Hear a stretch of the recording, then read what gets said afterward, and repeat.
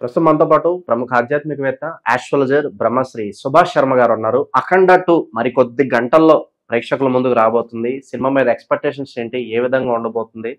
So మనతో పాటు సుభాష్ శర్మ గారు ఉన్నారు. గురువు గారితో మాట్లాడేద్దాం. నమస్కారం గురుగారు. శ్రీమాత్రే. గురుగారు, 4 years బ్యాక్ మనకి అఖండ ఫస్ట్ పార్ట్ రిలీజ్ అయింది. అఘోరీగా బాలయ్య బాబు విశ్వరూపం చూపించారనే చెప్పాలి. చాలా పెద్ద హిట్ అయింది. మన సనాతన ధర్మం గురించి, హిందూయిజం గురించి చాలా గొప్పగా చాటి చెప్పారు. అఖండ 2 రిలీజ్ అవబోతుంది. ట్రైలర్ మీరు చూశారు. మరేంటి, ఏ విధంగా ఉండబోతుంది? మళ్ళీ మన సనాతన ధర్మానికి ఏ విధమైన మెసేజ్ ఇవ్వబోతున్నారు? ఓవరాల్ గా సినిమా ఎలా ఉండబోతుంది? అంటే దీంట్లో ట్రైలర్ చూస్తే గనక మనకు పాకిస్తాన్తో యుద్ధం అనేటటువంటిది ఏర్పడేటటువంటి నైపుణ్యం మనకి ఈ సినిమాలో కనిపిస్తూ ఉంది. అలాగే దుష్ట శక్తుల యొక్క ప్రభావం వల్ల కూడా ఎన్నో రకాలైన అనర్థాలు జరిగేటటువంటి పరిస్థితులు కూడా మనకి ఈ సినిమాలో ట్రైలర్ రూపంలో కనిపిస్తుంది. ఇంకా సినిమా రిలీజ్ కాలేదు కాబట్టి ట్రైలర్ మీద ఉంటున్నటువంటి అంచనా ప్రకారం మనకు కనిపిస్తూ ఉంది. నిజానికి అంటే ఇలాంటి సినిమాలు మనకు రావడం అనేటటువంటి నిజంగా అదృష్టం. ఎందుకంటే సనాతన ధర్మం యొక్క విలువలు దీని ద్వారా అయినా 10 మందికి తెలిసేటటువంటి ఆస్కారము, భక్తిభావం పెంచేటటువంటి ఆస్కారము కొన్ని సినిమాల ద్వారా కొంతమంది మీద ప్రభావం చూపించేటటువంటి అవకాశాలు కూడా మనకు కనిపిస్తూ ఉన్నాయి.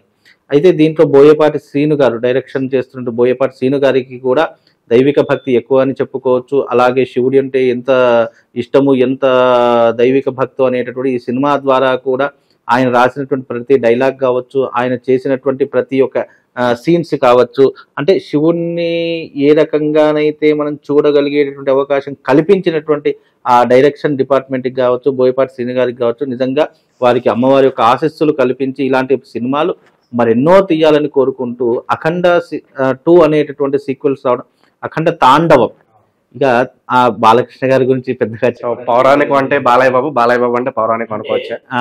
బాలయ్య బాబుకి ఏంటి అంటే ఆయన తండ్రి గారైనటువంటి ఎన్టీ రామారావు గారి యొక్క ప్రతి ఒక్క నట విశ్వరూపము ఈయన దాంట్లో అబ్బింది అని చెప్పుకోవచ్చు మొదటిగా.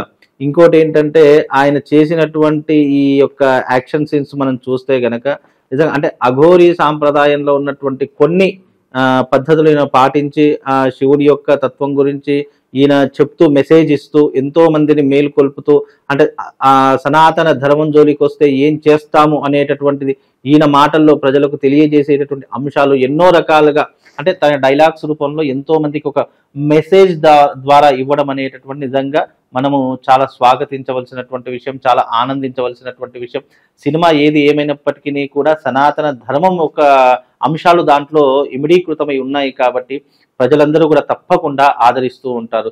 ఇక బాలయ్య బాబు ఫ్యాన్స్ అయితే ఇక చెప్పనక్కర్లేదు. ఆయన ఫైట్స్ అయినా, ఆయన డైలాగ్స్ అన్నా, లేదా ఆయన చేసే డ్యాన్స్ అయినా చాలా మంది ఎన్నో రకాలుగా అభిమానించే వాళ్ళు చాలా మంది ఉన్నారు. నిజానికి ఈ తరుణంలో కూడా ఆయన సినిమాలు ఏపీలో 500 రోజులు 250 రోజులు కూడా నడుస్తున్నాయి అని అంటే, నేను ఈ మధ్యకాలంలో ఏపీకి వెళ్ళినప్పుడు ఒక పోస్టర్ చూశాను, లెజెండ్ సినిమా 500 రోజులు అని చెప్పి. నిజంగా నేనే ఆశ్చర్యపోయి, ఈ రోజుల్లో కూడా సినిమా థియేటర్లో ఆయన పోస్టర్ 500 రోజులు ఆడడం అంటే నాట్ ఏ జోక్ అండి. అంటే అంత అభిమానులు సంపాదించుకున్నటువంటి ఒక గొప్ప మహోన్నతమైనటువంటి వ్యక్తి మన బాలకృష్ణ గారు. ఆయనకు నిజంగా ఆయన తండ్రి గారి యొక్క ఆశీస్సులు పరిపూర్ణంగా ఉన్నాయి కాబట్టి ఆయనలో ఉన్నటువంటి నట సార్వభౌమత్వము, ఆయనలో ఉన్నటువంటి నటనా తత్వము అన్నిటినీ కూడా అలవర్చుకున్నటువంటి ఏకైక వ్యక్తి మన బాలకృష్ణ గారు అని చెప్పుకోవచ్చు. ఎన్ని విభిన్నమైనటువంటి పాత్రలు, ఎన్టీ రామారావు గారు ఎన్ని పాత్రలు వేశారో దానికి సరిసమానంగా కాకపోయినా అంతకు తగ్గకుండా వేసినటువంటి ఒక వ్యక్తి ఎవరైనా ఉన్నారు, తండ్రికి తగ్గ తనయుడు అని ఎవరైనా ఉన్నారంటే అది బాలకృష్ణ గారు అని చెప్పుకోవచ్చు. అంటే నటనకు మరొక పేరు బాలకృష్ణ అని చెప్పుకోవచ్చు. అంటే ఆయనకున్నటువంటి తరహాలో, ఆయనకున్నటువంటి ఒక బౌండరీలో ఆయనకంటూ ఒక ప్రత్యేకమైనటువంటి స్థానాన్ని సంపాదించుకొని కొన్ని లక్షలాది కోట్లాది మంది యొక్క అభిమానాన్ని సంపాదించినటువంటి వ్యక్తి బాలకృష్ణ గారు. ఈ అఖండ 2 అనేటటువంటిది అఖండ తాండవంలా ఆడుతూ ఉంటుంది, దానికి ఏమాత్రం సందేహం లేదు. మన సనాతన ధర్మం యొక్క విలువలు, సనాతన ధర్మం యొక్క మాటలు ఆయన నోటి నుంచి వచ్చాయి అని అనుకోండి, అది 10 మంది ఆదర్శంగా తీసుకునేటటువంటి తరహాలు కూడా అఖండ 2లో మనకు కనిపిస్తున్నాయండి. గురుగారు, చాలా మంది ఈ మధ్య సోషల్ మీడియాలో నేనే అఘోరీ అని చెప్పి చాలా మంది ఫేక్ వాళ్ళు వచ్చారు, అఘోరీ వేషం వేసుకొని చెప్పి. సో మళ్ళీ ఈ సినిమా ద్వారా అసలు నిజమైన అఘోరా అంటే ఏ విధంగా ఉండాలి, మొత్తం అంతా చాట్ చెప్తారంటారు ఖచ్చితంగా? 100% నిజమైన ఇప్పుడు సినిమా అనేటటువంటిది అందులో కొంచెం కమర్షియల్ వెలివేషన్స్ ఉంటాయి, ఆధ్యాత్మికమైనటువంటి అంశాలు ఉంటాయి, అందులో కొద్దిగా మన యొక్క సనాతన ధర్మాన్ని జోడించి అంటే అన్నీ కలగలిపితేనే ఒక సినిమా అవుతుంది. కాకపోతే ఈ సినిమాను ఆదర్శంగా తీసుకొని చాలా మంది అఘోరి వేషం వేసుకొని ప్రజల్ని మోసం చేసేటటువంటి విధానాలు ఉంటే గనక అది చాలా బాధాకరమైనటువంటి విషయం. నిజంగా అఘోరీలు అనేటటువంటి వారు సభ్య సమాజంలో తిరగడానికి అనర్హులు. వాళ్ళు తిరగలేరు కూడా. ఒకవేళ సభ్య సమాజంలో ఉన్నారంటే వాళ్ళు అఘోరీలు కాదు. ఇది ఒక మాట గుర్తుపెట్టుకోండి. అఘోరి ఇప్పుడు బాలకృష్ణ గారు అఘోరి సాంప్రదాయంలో ఎక్కడో హిమాలయాలలో ఉన్నటువంటి ఒక ప్రాంతం నుంచి ఆయన సమాజంలోకి రావడం అనేది అది సినిమాకు తగ్గటువంటి వెలివేషన్ తప్ప ఇక్కడ నిజమైనటువంటి అఘోరీలు ఈ సమాజంలోకి రాలేరు. ఎందుకు మీన్స్ వాళ్ళకు ఈ యొక్క సమాజంలో ఉన్నటువంటి పరిస్థితులు కావచ్చు, ఈ సమాజంలో ఉన్నటువంటి వాతావరణ వ్యవహారాలు కావచ్చు, వాళ్ళకు అంతగా తెలియదు. అంతలా ఇమిడీకృతం కాలేనటువంటి సంఘటనలు వాళ్ళకు చాలా మట్టుకు ఉంటూ ఉంటాయి. కనుక ఈ అఘోరీ సాంప్రదాయం అనేటటువంటిది కేవలం హిమాలయాల్లో ఉన్నటువంటి వాళ్ళు, లేదు అని అంటే గనక నిర్మానుష్యమైనటువంటి ప్రదేశంలో సంచరించే వాళ్ళు అఘోరీలు ఉంటారు తప్ప, అంటే మానవుడితో ఏ సంబంధం లేనటువంటి వ్యక్తులు ఎవరైతే వాళ్ళు అఘోరీ సాంప్రదాయాన్ని పాటిస్తున్నారు. వాళ్ళకు శివుడే దేవుడు, శివుడే సర్వస్వము, శివుడే తండ్రి, శివుడే తల్లి, అన్ని సర్వం శివమయమైనటువంటి వాళ్ళే అఘోరీలుగా మనకు ప్రసిద్ధి చెందుతారు తప్ప ఈ సభ్య సమాజంలోకి వచ్చి నేను పూజలు చేస్తాను, నేను యజ్ఞయాగాదులు చేస్తాను, నీకు ఆరోగ్యం చేస్తాను, ఇది చేస్తాను, అది చేస్తాను అన్నటువంటి వాళ్ళు అఘోరీలు కాదు. ఒకవేళ అఘోరీలు చూసిన మన సమస్య ఎదురుతో మనం వాళ్ళ దగ్గరికి వెళ్ళాలి తప్ప వాళ్ళు మన దగ్గరికి వస్తే వాళ్ళు నిజమైనటువంటి అఘోరీలు కాదని గుర్తించాలి. అలాగే ఈ అఖండ 2లో బాలకృష్ణ గారు ఒక అఘోరీ వేషంలో వేసుకొని ఎన్నో రకాలైన ధర్మ బోధనలు చేశారు. అంటే ఆ సినిమాకు కావాల్సినటువంటి ధర్మ బోధనలు చేసి ఎన్నో రకాల ఆధ్యాత్మికమైనటువంటి అంశాలను తెలియజేశారు. కాబట్టి నిజంగా అఖండ 2 అనేటటువంటిది బాలకృష్ణ గారి కెరియర్ లో ఇది బిగ్గెస్ట్ హిట్ అవుతుందని చెప్పుకోవచ్చు. ఆయనకి ఎన్నో సినిమాలు ఉన్నాయి. దానికి ధీటుగా ఈ అఖండ 2 కూడా, అఖండ 1 ఏ రకంగా విజయవంతమైందో అఖండ 2 కూడా అదే రకమైనటువంటి సక్సెస్ ని సాధించి ఎంతో మంది ప్రజల గుండెల్లో ఇది ఒక ఆధ్యాత్మిక చిత్రంగా చిత్రీకరించబడుతుందండి. గురుగారు చాలా కొన్ని పోర్షన్స్ సినిమాలో కుంభమేళలో షూట్ చేయడం జరిగింది. ఆ టైంలో మీరు కూడా అక్కడే ఉన్నారు. అవును. సో ఎలా ఉండబోతుంది ఆ సీక్వెన్స్ పర్టికులర్ గా మీరు కూడా చూడడం జరిగింది? 100%. అంటే నేను ఈ షూటింగ్ జరుగుతున్నప్పుడు కుంభమేళలో అక్కడే ఉన్నాను. అక్కడ బోయపాటి శ్రీను గారిని కూడా కలవడం జరిగింది. ఆయన గుర్తుందో లేదో తెలియదు కానీ ఆయన కలవడం జరిగింది. అక్కడ ఉన్నటువంటి కొంతమంది అగ్ర కథానాయకుల్ని కూడా కలవడం జరిగింది. నిజంగా అంటే మన సినిమా చూస్తున్న ఇంట్రెస్ట్ షూటింగ్ చూస్తే ఉండదండి. దానికే ఉంటుంది. అది ఒక బిట్ తీయాలి అని అంటే, ఒక సీన్ తీయాలి అంటే దాదాపుగా 3-4 గంటల కష్టం వాళ్ళ దాంట్లో నేను చూశానండి. నిజంగా అది చాలా, మన సినిమా ఏదో 2.5 గంటల్లో చూస్తాం కానీ సినిమా వెనక ఉన్నటువంటి కష్టము, సినిమా వెనక ఉన్నటువంటి ఈ యొక్క అధిక భారము, మన ఒత్తిడి, ఇవన్నీ కూడా నిజంగా వర్ణనాతీతమైనటువంటి. మనం ఏదో ఒక షో చూస్తామో లేదా ఒక సినిమా చూస్తామో 2.5 గంటల పాటు చూస్తాం. కానీ వాళ్ళు కొన్ని నెలల పాటు, సంవత్సరాల పాటు కష్టపడి 2.5 గంటలు కుదించి ఒక సినిమా తీస్తారు. ఆ కుంభమేళలో వాళ్ళు పడ్డ కష్టం ఉంది చూశారు. అబ్బా, వర్ణనాతీతమైనటువంటి కష్టం ఉంది. అంతటి ఆ చలిలో నిజంగా ఆ కుంభమేళ జరుగుతున్న సంవత్సరం, ఇప్పటికీ సంవత్సర కాలం గడిచింది.